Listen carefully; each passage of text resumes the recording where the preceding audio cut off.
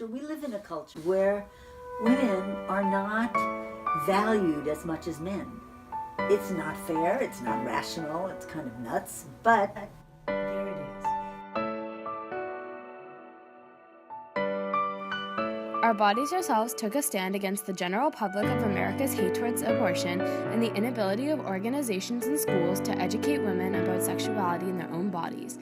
Since the book went against many people's views, it was banned in many libraries across the country for encouraging homosexuality and being pornographic, which is unbecoming of a woman. Since then, Our Bodies Ourselves has been used as a staple feminist work which helped push forward the women's health rights movement, as well as educate all people about the truth of birth control and sexuality. This was a rebellion in and of itself, but it was a successful one whose legacy still has an impact on modern-day issues and views. Our Bodies Ourselves is a revolutionary book published in the early 1970s by the Boston Women's Health Collective, containing information about women's health and sexuality. The book openly discusses subjects such as birth control, female sexual identity, and abortion, all of which were considered to be taboo at the time the book was first published. A group of women meeting at a workshop entitled Women in Their Bodies decided to continue to meet. They had been talking about hot topics around sexuality and healthcare. And of course you have to understand that several decades ago we had no information at the lay language level for women about women's healthcare, very minimal information about sexuality. We were in the dark ages. The 12 women were greatly inspired by the conference and its unashamed, straightforward dialogue on women's health. It sparked a desire to make discussions like those from the conference an integral part of education. We wanted answers, and we wanted to be treated with respect, and we wanted to be valued for our intelligence and our creativity and our contribution to making a better world. Hence, the Boston Women's Health Collective, an organization which researched women's health and sexuality, was formed. The group held courses on various topics of women's health.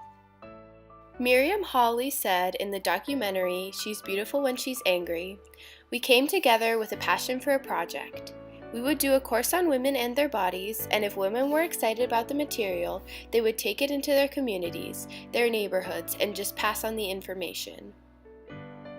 Soon after its founding, the collective published their insights in an educational encyclopedia in 1970 titled Women and Their Bodies, later becoming Our Bodies Ourselves. The book has sold over 4 million copies all over the world since.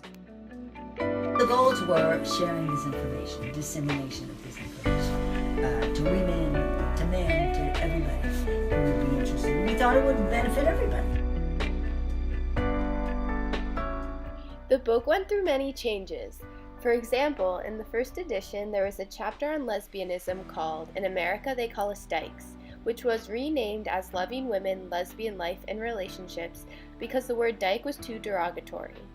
Also, the book's title changed from Women in Their Bodies to Our Bodies Ourselves in order to emphasize women taking full ownership of their bodies. Single-topic books on menopause and pregnancy have also been released.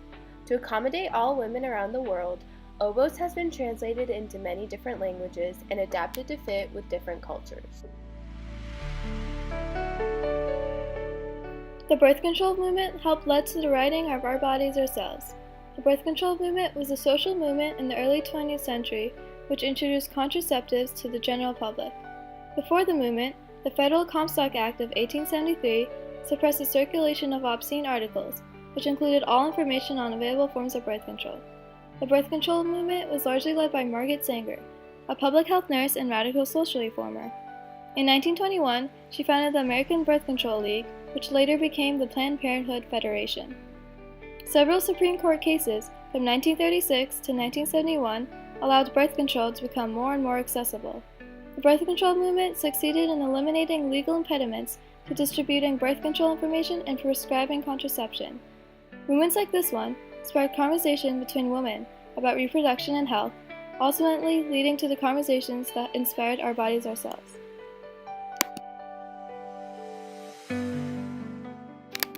Our Bodies Ourselves provided more momentum to the sexual revolution.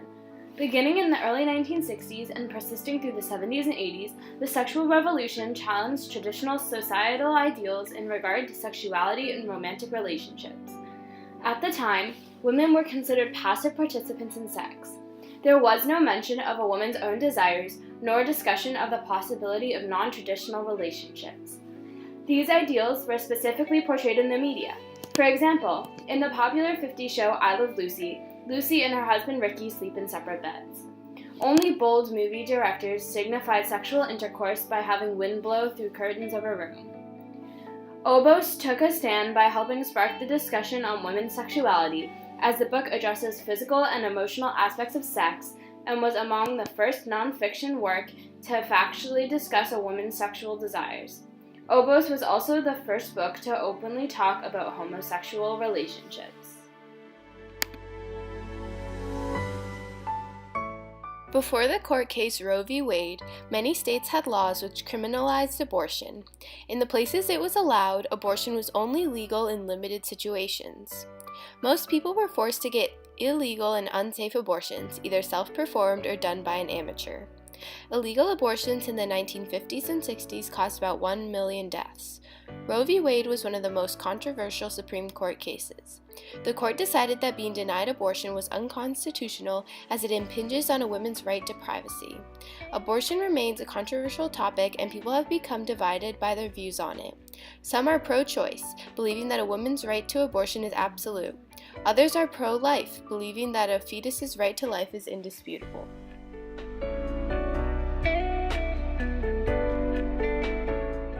Our Bodies Ourselves took a stand by educating people on abortion. Before Obos, there was an extreme lack of education among women about pregnancy.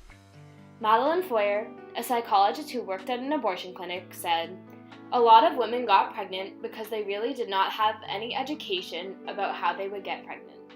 No idea, most of them, no idea." Our Bodies Ourselves educated people on how they could get pregnant and why birth control and abortion were helpful ways to control reproduction. Obos sparked conversation about women's rights. However, some organizations believed that it was inappropriate, so it was banned for promoting homosexuality and having sexually explicit material. Jerry Falwell, a pastor and conservative activist, launched a public crusade against Obos, calling it obscene trash and claiming it to be anti-family and anti-Christian. Obos contained many contentious topics.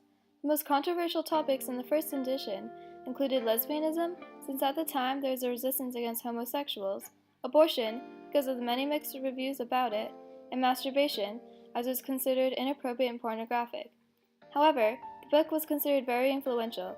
Women's groups in other countries wanted the information from the book, leading to the many translations and adaptations of Obos.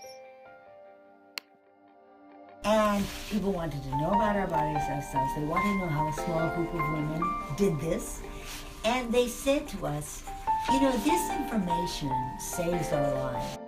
In the medical realm, Obos inspired patients to be active consumers in the healthcare system instead of passive recipients because the book laid out the importance of decision-making between the doctor and the patient. Obos sparked the idea of women taking control of their bodies, and over the years, the book has opened up its definition of a woman.